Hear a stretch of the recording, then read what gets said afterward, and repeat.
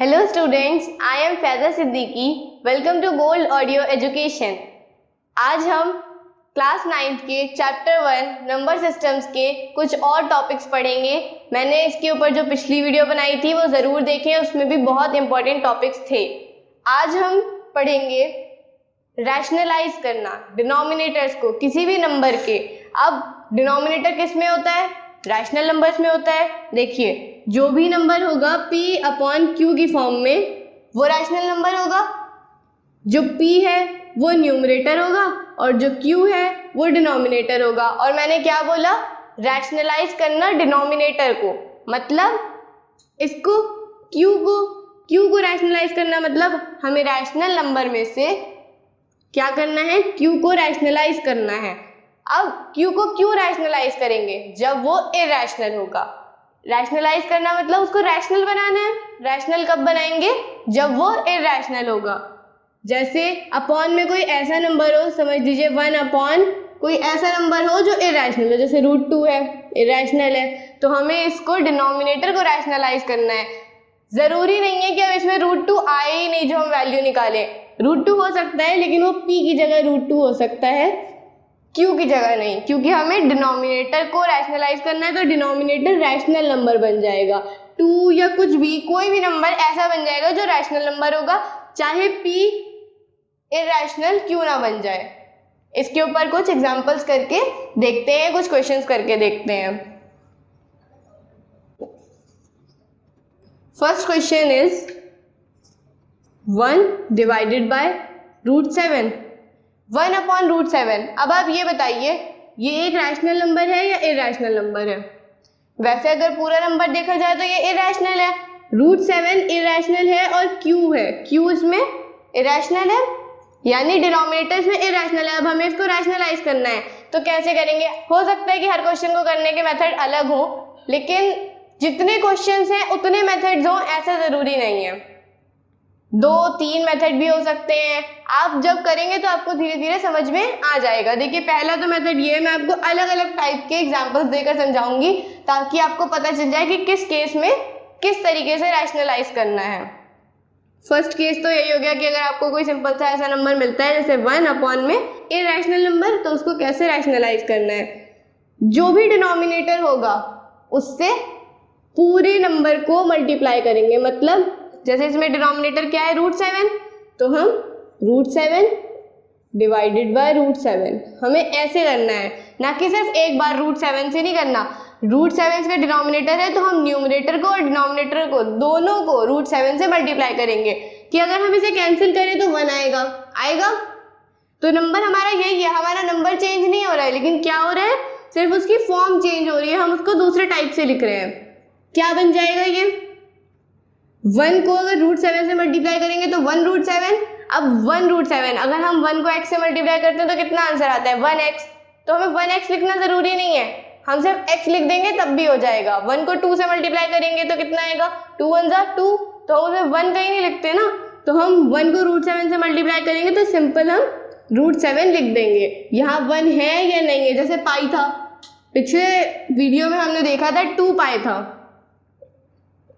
था, तो हमने क्या बोला? 2 लिखा है यहाँ पे। अगर 1 पाई होता तो क्या हम लिखते?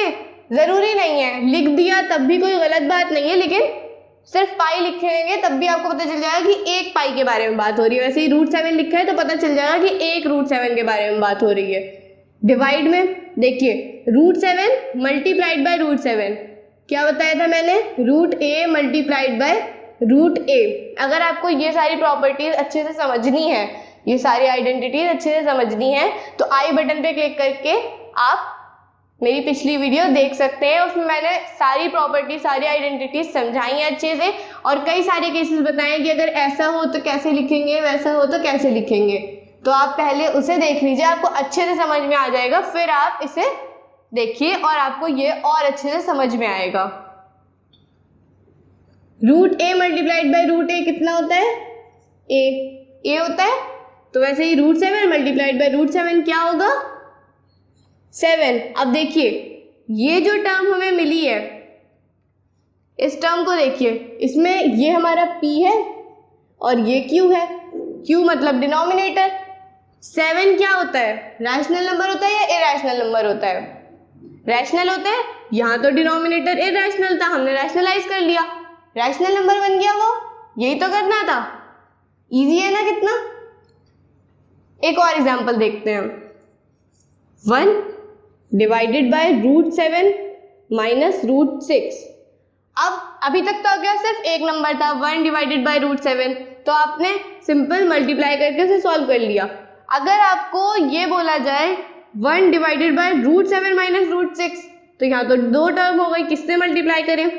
साइन चेंज हो जाएगा, मतलब साइन कौन सा चेंज होगा, प्लस का है तो माइनस का, इस तरह से साइन चेंज नहीं होगा। साइन सिर्फ इन दोनों टर्म्स के बीच का चेंज होगा।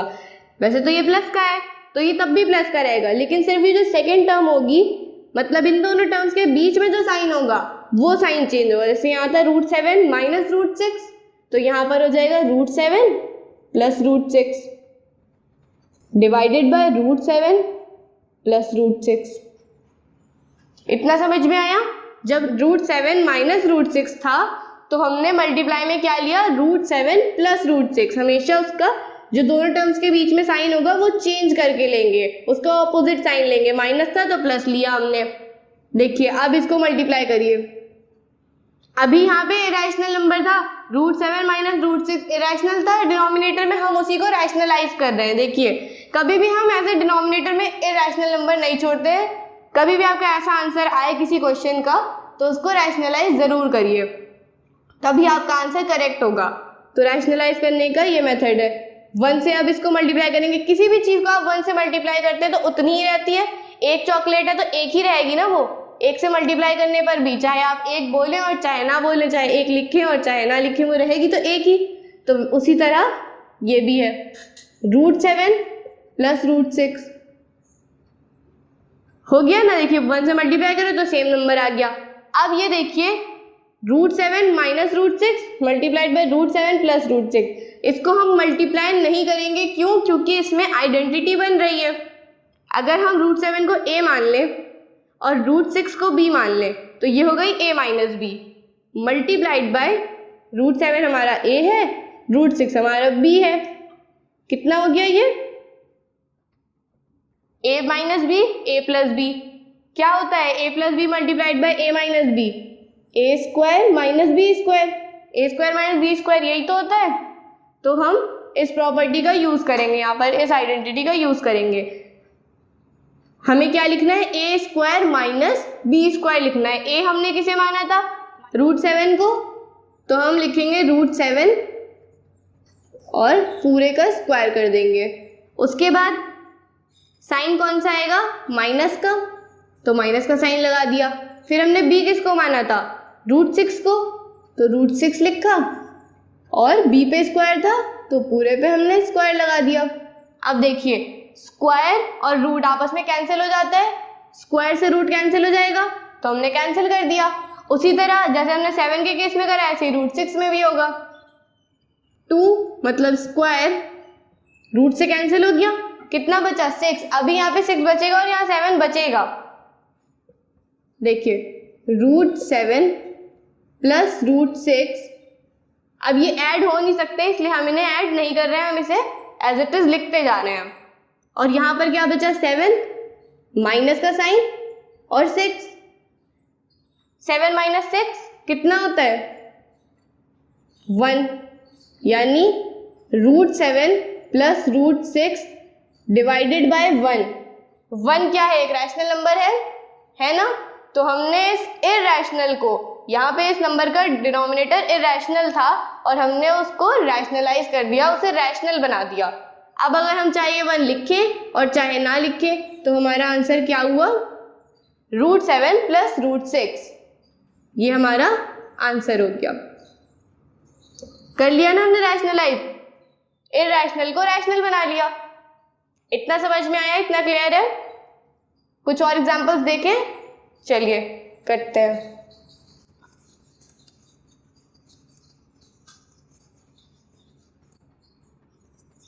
1 डिवाइडेड बाय √5 माइनस √2, या √5 प्लस √2, माइनस वाला अभी हमने करा था, प्लस वाला करते हैं।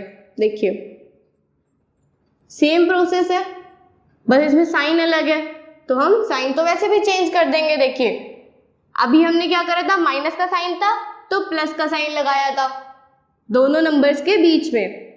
अब दोनों नंबर्स के बीच में प्लस का साइन है तो मल्टीप्लाई करते टाइम हम माइनस का साइन लगाएंगे, √5 माइनस √2। हमें सारे साइन नहीं चेंज करने, सिर्फ इन दोनों नंबर्स के बीच का साइन चेंज करना है। और ये हो गया √5 माइनस √2। मल्टीप्लाई करिए, मल्टीप्लाई करने पर कोई भी नंबर 1 से मल्टीप्लाई होगा तो एज इट इज लिख देंगे उसे। ये हो गया √5 माइनस √2।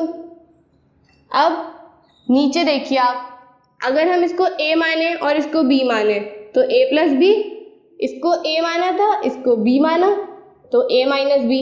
अब a plus b, a minus b multiply करके क्या होगा, a² माइनस b²।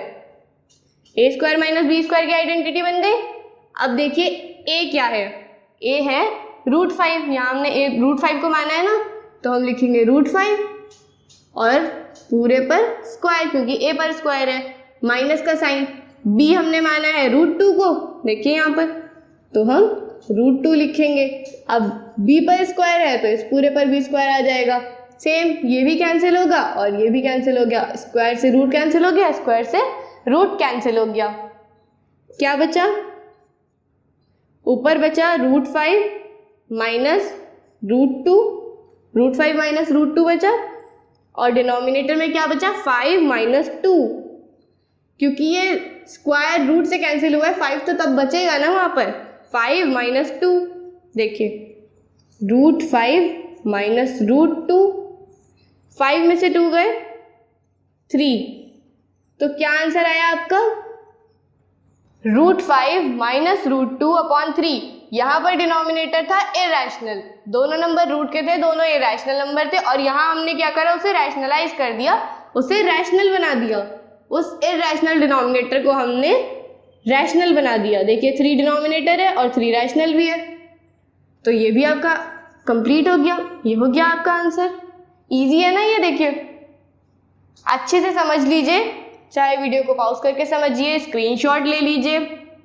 और अगर आपको ये सब समझ में नहीं आ रहा हो कि हमने इसे कैसे कैंसिल कर दिया या ये सब, तो ये मैंने पिछली वीडियो में अच्छे से समझाया है, आप पिछली वीडियो मेरी देख सकते हैं आई बटन पर क्लिक करके।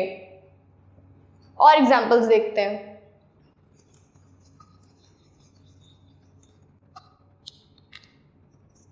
1 डिवाइडेड बाय √7 माइनस 2। अब देखिए, अब ये आपके माइंड में एक कंफ्यूजन क्रिएट होगी कि पहले तो दोनों नंबर रूट में थे, दोनों इरेशनल थे, और दोनों के बीच में या तो प्लस का साइन था या माइनस का साइन था। अब यहाँ पहली बात, दोनों नंबर रूट में नहीं है, एक रूट में है एक रूट में नहीं है।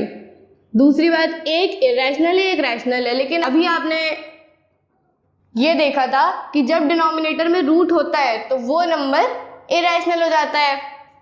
मैंने पिछली वीडियो में ये भी समझाया है कि रैशनल और इरेशनल कौन कौन से नंबर होते हैं, कैसे पता चलेगा, how to find, how to identify कि कौन से नंबर रैशनल है और कौन से इरेशनल है। तो आप वहां पर जाकर देख सकते हैं।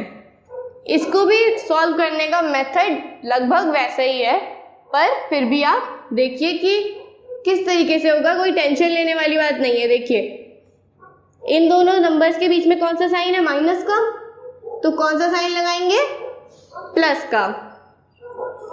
√7 प्लस 2, ईजी है, चाहे नंबर कोई सा भी क्यों ना हो। √7 प्लस 2, ऊपर नीचे दोनों में मल्टीप्लाई कर दिया। अब देखिए क्या होगा, ऊपर मल्टीप्लाई करेंगे तो आंसर आएगा √7 प्लस 2, क्योंकि 1 से मल्टीप्लाई करेंगे तो सेम ही रहेगा, और नीचे मल्टीप्लाई करेंगे तो a माइनस बी, और ये हो जाएगा a प्लस बी। √7 को a मान लिया और 2 को b मान लिया। कौन सी आइडेंटिटी बन गई, a² माइनस b²। a हमने माना है √7 को तो √7 लिख दिया और पूरे पे स्क्वायर लगा दिया। b किसको माना है हमने, b हमने माना है 2 को। यहाँ पर ध्यान रखिएगा, ऐसा नहीं है कि सिर्फ रूट वाले क्वेश्चन है तो आप रूट हर किसी में रूट लगाएंगे। यहाँ देखिए मैंने रूट नहीं लगाया है, क्यों, क्योंकि यहाँ पे रूट नहीं था। और जब मैंने b माना है तो 2 को माना है, ना कि √2 को। तो गलती से आप यहाँ √2 मत लिख दीजिएगा, आपका क्वेश्चन गलत हो जाएगा। ध्यान से करिएगा, b लिखा है, अब b आपने माना है 2 को, तो आप यहाँ पर 2 ही लिखेंगे। 2 लिखा और b पर स्क्वायर है यानी कि 2 पर स्क्वायर है। अब यहाँ तो रूट से स्क्वायर कैंसिल हो जाएगा, स्क्वायर से रूट कैंसिल हो जाएगा। यहाँ लेकिन कुछ कैंसिल नहीं होगा, यहाँ हमें 2 का स्क्वायर करना होगा। देखिए क्या आएगा, 2 का स्क्वायर करेंगे, ऊपर आएगा √7 + 2 डिवाइडेड बाय 7। यहाँ स्क्वायर से रूट कैंसिल हुआ तो 7 बचा, माइनस ये देखिए 2 का स्क्वायर कितना होता है 4, 2 2 ज़ा 4। सॉल्व कर लीजिए इसे, देखिए आ गया आंसर बस। √7 + 2 डिवाइडेड बाय 7 - 4 3। हो गया आपका क्वेश्चन सॉल्व, आंसर आ गया, बस इतना ही था। देखिए फिर से हमने क्या करा, इरैशनल डिनोमिनेटर को रैशनलाइज करके रैशनल नंबर बना लिया, 3 बना लिया। देखिए 3 एक रैशनल नंबर है तो डिनोमिनेटर रैशनलाइज हो गया। अच्छे से समझ में आया ये टॉपिक। अब हम जो टॉपिक पढ़ेंगे वो है एक्सपोनेंट्स का, यानी हमें ये पता होना चाहिए कोई इस टाइप के कोई भी क्वेश्चन सॉल्व करने के लिए कि लॉज ऑफ एक्सपोनेंट्स क्या हैं, कि क्या क्या रूल्स हमें फॉलो करने हैं जब कोई भी हम एक्सपोनेंट्स का या पावर्स का क्वेश्चन सॉल्व करेंगे। पिछले क्लास में आपने पढ़ा होगा एक्सपोनेंट्स और पावर्स क्या होती हैं, कि कोई भी नंबर है x तो उसके ऊपर कुछ पावर लगी हुई है, m या n m पावर है, या कोई नंबर है a उसके ऊपर n पावर लगी हुई है, 2 के ऊपर 2 पावर है, 3 के ऊपर 2 पावर है, 4 के ऊपर 3 पावर है, ऐसे आपने पढ़ा होगा ना। तो इन्हें बोलते हैं एक्सपोनेंट्स। देखिए मैं अब आपको इसके लॉज बताती हूँ क्या है, रूल्स क्या क्या आपको फॉलो करने हैं जिससे आप और ज़्यादा इजी तरीके से इसको सॉल्व कर सकते हैं। कभी भी कोई नंबर है a, हमने एक नंबर मान लिया a एक नंबर है, तो अगर उसके ऊपर पावर है m, a के ऊपर पावर है m और वो मल्टीप्लाई है, जो डॉट होती है, अगर मैं डॉट लगा रही हूँ तो इसका मतलब है ये मल्टीप्लाई में है। ज़्यादातर एक्सपोनेंट्स के क्वेश्चंस में इसी तरीके से लिखा जाता है, डॉट लगाकर लिखा जाता है, पॉइंट लगाकर। तो a की पावर है m और वो मल्टीप्लाई में है a के ही साथ, लेकिन उसकी पावर है n। जैसे कि 2 की पावर है m और वो मल्टीप्लाई में है 2 के साथ जिसकी पावर है n। तो क्या बन जाएगा ये बन जाएगा a की पावर m + n। मतलब अगर कोई दो नंबर ऐसे हैं जिनकी पावर अलग अलग है और वो मल्टीप्लाई में है, तो वो नंबर एक बार लिखा जाएगा, बेस, इसे बेस बोलते हैं, तो बेस एक बार लिखा जाएगा और जो उसकी पावर होगी वो प्लस करके लिख दी जाएगी। अगर कोई नंबर है a, उसकी पावर है m और डिवाइड में उसके एक नंबर है वो भी a ही है, मतलब वो अपने खुद के ही डिवाइड में है लेकिन उसकी पावर है n, तो जब कभी कोई ऐसा केस होगा कि कोई नंबर जिसकी पावर अलग अलग है और वो मल्टीप्लाई में है, बेस सेम है लेकिन पावर अलग अलग है और डिवाइड में है, तो a एक बार लिखेंगे यानी बेस एक बार लिखेंगे और क्या हो जाएगा m - n। क्या होना चाहिए लेकिन इसके लिए m बड़ा होना चाहिए, m बड़ा होगा तभी तो आप उसमें से n माइनस कर पाएंगे, वरना आप कैसे माइनस करेंगे m में से n। तो बस एक ये चीज़ आपको देखनी है। तीसरी चीज़ ये है, एक आपने ये पढ़ा, दूसरा ये पढ़ा, तीसरा क्या है कि जब a की पावर होगी m और एक और है, एक कोई दूसरा नंबर है b, तो उसकी पावर भी m है। अब क्या करें, a की पावर है m और ये मल्टीप्लाई में है एक दूसरे नंबर के साथ जिसकी पावर भी m है, तो ये क्या बनेगा, a और b यानी कि बेस आपस में मल्टीप्लाई हो जाएंगे जो बन जाएगा ab और इस पूरे की पावर क्या हो जाएगी m।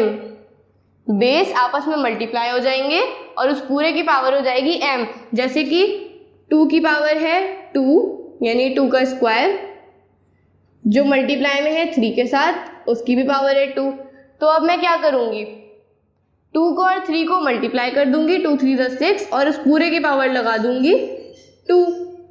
सॉल्व करके आप देख सकते हैं, इसको मैंने बोला ना कि आप इसको ये लिख सकते हैं, तो क्यों लिख सकते हैं? देखिए 2 की पावर 2 कितना होगा? 4 मल्टीप्लाइड बाय 3 की पावर 2 कितना होगा? 9 9 4 जा 36।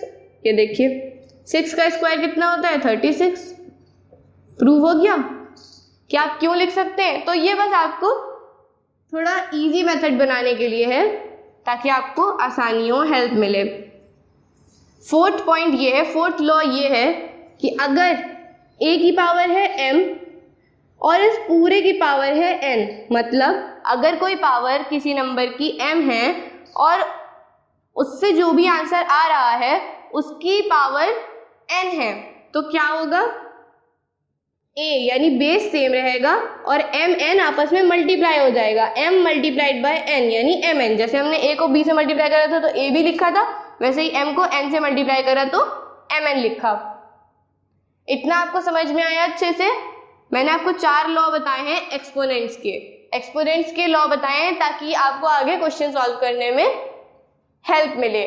जरूरी नहीं है कि आप जो मैं करा रही हूँ वही करें, बस आप इसमें से समझ लीजिए, बाकी आप अपनी बुक के ही क्वेश्चन सॉल्व करिए, उससे ही आपको अच्छे से समझ में आएगा। करें क्वेश्चंस, कुछ सॉल्व करके देखें। अभी हमने क्या पढ़े थे? Laws of exponents. अब हम उन्हें क्वेश्चंस में अप्लाई करते हैं और देखते हैं कि हम इसका आंसर निकाल पाते हैं या नहीं। सबसे पहले देखिए 125, एलसीएम लीजिए 125 का कि आप इसको कैसे लिख सकते हैं 125 को, और कैसे लिखा जा सकता है कि अगर हम पावर की फॉर्म में लिखना चाहें कि कोई बेस हो, a बेस हो और उसकी m या n पावर हो, तो हम कैसे लिखेंगे उसे? 125 2 की टेबल में नहीं आता है, 3 की टेबल में नहीं आता है, 5 की टेबल में आता है, 5 से करेंगे। 5 25 जा 125, 5 2 जा 10, कितना बचा? 2 2 और 5 25 हो गया, तो 5 जा 25। अब देखिए 5 5 जा 25, 5 1 जा 5, क्या मिला आपको? पेयर मिल गया आपको, लेकिन किसका? 3 बार आपको 5 मिल गया, तो 5 की पावर 3 हो गई। 5 की पावर कितनी हुई? 3 हुई। जैसे a की पावर m थी तो मैंने उसी फॉर्म में लिख दिया इसको, 5 की पावर 3 लिख दीजिए, 25 की जगह 5 की पावर 3 लिख दिया आपने। और अब मैंने आपको बताया था कि ये पावर की पावर है, यानी a की पावर m है और उस पूरे की पावर ब्रैकेट के बाहर n है, तो कैसे लिखेंगे इसको? mn, मतलब a की पावर mn, a की पावर mn लिखेंगे, मल्टीप्लाई कर देंगे, तो 5 की power 3 multiplied by 1/3।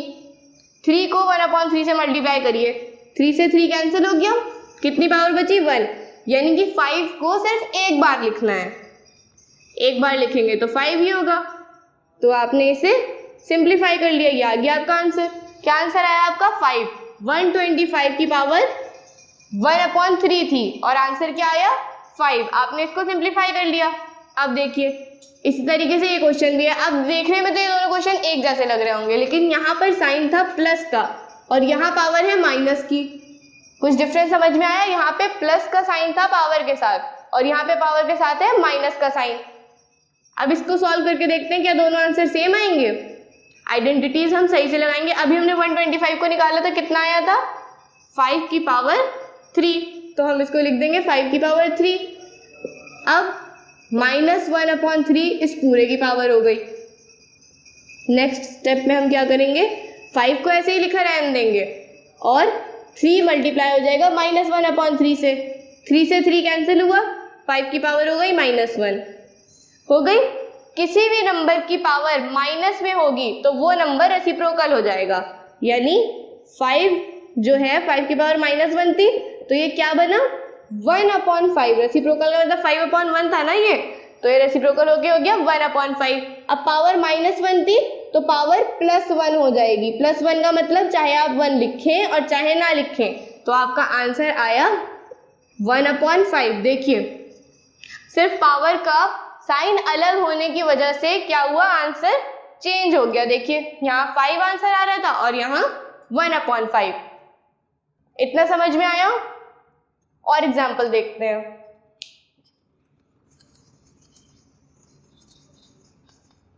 Next example हमारा है 2 की power 2/3 multiplied by 2 to the power 1/5। इसको सॉल्व करने के लिए हम ट्राई करते हैं कि क्या कैसे सॉल्व होगा। ये भी a है, ये भी a है। a की पावर क्या है m मल्टीप्लाइड बाय a की पावर n, a की power m multiplied by a की पावर n। तो क्या हो जाएगा a की पावर m प्लस n, यही तो पढ़ा था। देखिए तो 2 है हमारा a, तो हमने 2 ऐसे ही लिख दिया और सिर्फ पावर उनकी प्लस हो जाएंगी। 2 divided by 3 plus 1 divided by 5। LCM लीजिए इसका, क्या आएगा एलसीएम? 3 और 5 का एलसीएम आएगा 15। 15 लिख दिया। 3 की टेबल में 15 कब आता है? 5 टाइम्स पे, तो 5 से इसको भी मल्टीप्लाई करेंगे, 5 से इसको भी मल्टीप्लाई करेंगे। 2 5 जा 10। 5 की टेबल में 15 कब आता है? 3 पर, तो इसको भी 3 से मल्टीप्लाई करेंगे और इसको भी 3 से मल्टीप्लाई करेंगे। 3 1 जा 3, दोनों को प्लस करा तो कितना हुआ? 13/15। 13 डिवाइडेड बाय 15, 2 की पावर है ये। वैसे तो ये सॉल्व हो गया है, ये हो गया आपका आंसर। इस पूरे का आंसर क्या है? 2 to the power 13 divided by 15। This is the answer. इस टाइप का क्वेश्चन देखते हैं कि अगर कोई क्वेश्चन इस टाइप का हो कि 1/3 to the power 3 whole power 7, तो इसे कैसे सॉल्व करेंगे? अब आप ये देखिए, होल पावर 7 है। मैंने क्या बताया था? अगर a पर कोई पावर है m, अपॉन में b पे भी कोई पावर है m, तो हम क्या लिख सकते हैं?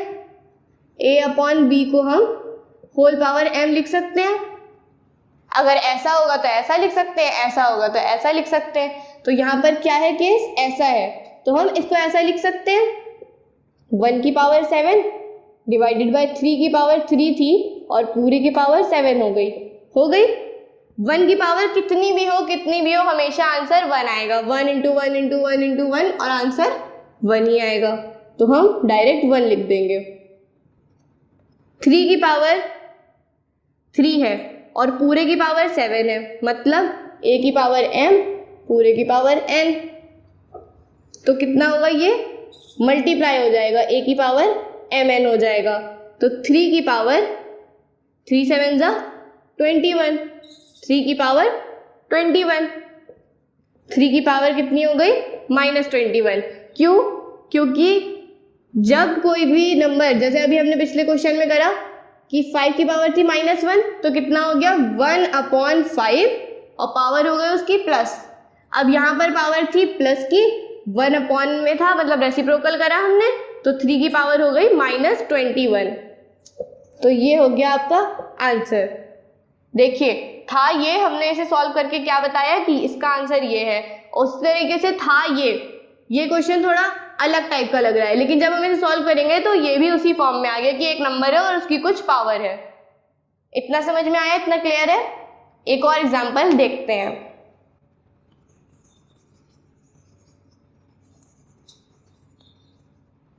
नेक्स्ट क्वेश्चन है हमारा 11 to the power 1/2 divided by 11 to the power 1/4। देखिए अभी मैंने आपको क्या बताया था कि जब a की पावर m होगी और वो डिवाइड में होगा a की पावर n अपॉन a की पावर n, तो क्या हम इसे किस तरह लिख सकते हैं? a की पावर m माइनस n लिख सकते हैं, क्योंकि बेस सेम है, पावर अलग अलग है और डिवाइड में है। तो हम क्या करेंगे? बेस को लिख देंगे एक बार और पावर को माइनस कर देंगे।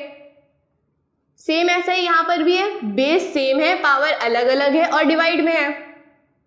इतना समझ में आया? बेस सेम है, 11 है दोनों का, पावर दोनों की अलग अलग है और डिवाइड में है। तो क्या होगा? बेस को हम एक बार लिख देंगे 11 को और पावर क्या होंगी? माइनस हो जाएंगी, m माइनस n। मैंने ये भी बताया था कि m बड़ा होना चाहिए तभी आप उसमें से माइनस कर पाएंगे। अगर n छोटा होगा, 3 में से ही तो 2 माइनस कर सकते हैं आप। तो 1/2 बड़ा है या 1/4? हाफ बड़ा है या 1/4?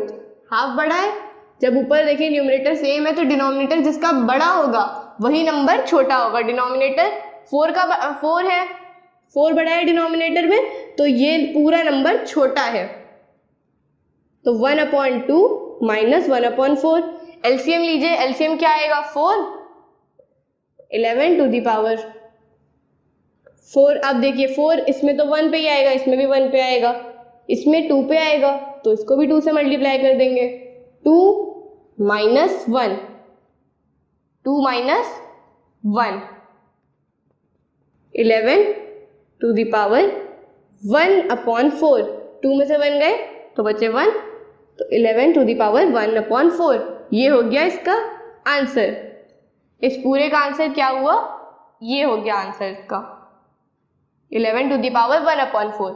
ऐसे ही हम ये क्वेश्चन देखते हैं। अच्छा, इससे ही मिलता जुलता, इससे ही सिमिलर एक क्वेश्चन हमने इससे पहले करा था। तो उसमें क्या था कि बेस सेम थी, दोनों की बेस क्या थी 2 और 2 ही थी, और पावर उसमें अलग अलग थी। अब इसमें क्या है कि बेस अलग अलग है लेकिन पावर सेम है।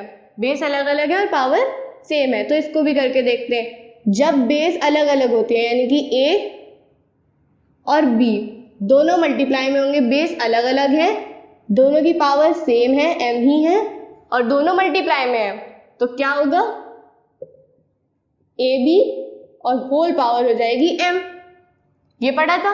अब इसको यहाँ पर अप्लाई करते हैं। ये है a और ये है b, a की पावर m है, b की पावर m है, और दोनों मल्टीप्लाई में है, तो क्या होगा दोनों मल्टीप्लाई हो जाएंगे। 7 मल्टीप्लाइड बाई 8, 7 मल्टीप्लाइड बाई 8 हो जाएगा, और पूरी की पावर 1/2 हो जाएगी, यानी m था तो 1/2 हो जाएगी। 7 8 जा 56 और पूरे की पावर 1/2। अगर ये एक परफेक्ट स्क्वायर होता, अगर ये एक परफेक्ट स्क्वायर होता, जैसे 49 है 7 का स्क्वायर, तो हम इसको कैसे लिख सकते थे, 7 का स्क्वायर बनाकर लिख सकते थे। अगर हम इसे लिखते तो फिर शायद ये पावर कैंसिल हो जाती है और कुछ और आंसर आता, लेकिन ये परफेक्ट स्क्वायर नहीं है, इसलिए ये क्वेश्चन यहीं पर खत्म हो गया। तो इसका आंसर क्या आया 56 टू द पावर 1/2। तो आपको इतना समझ में आ गया। आज जो भी मैंने आपको समझाया आपको समझ में आया। मैंने अलग अलग टाइप्स के क्वेश्चंस करे, कई सारे, जैसे ये है, इसमें मैंने काफ़ी सारे rules, laws of exponents apply भी करे, और मैंने आपको लॉज ऑफ एक्सपोनेंट्स सिखाए भी। तो अगर आपके लिए ये वीडियो हेल्पफुल है, अगर आपको ये सब कुछ समझ में आया है, अच्छे से समझ में आया है, तो प्लीज़ वीडियो को लाइक करिए। कोई भी डाउट हो तो कमेंट में मुझसे पूछ सकते हैं। मेरी वीडियो को शेयर करिए। अगर आप अपने फ्रेंड्स की भी हेल्प करना चाहते हैं, अगर आप चाहते हैं कि उन्हें भी ये अच्छे से समझ में आए, तो आप अपने फ्रेंड्स के साथ ये वीडियो शेयर कर सकते हैं। इस चैनल को सब्सक्राइब करिए और बेल आइकन दबाना मत भूलिएगा, ताकि जब भी मैं कोई नई वीडियो अपलोड करूँ, मेरी लेटेस्ट वीडियोस की नोटिफिकेशन आपके फ़ोन पर आती रहे। तब तक के लिए keep smiling, enjoy your life, bye, thanks for watching.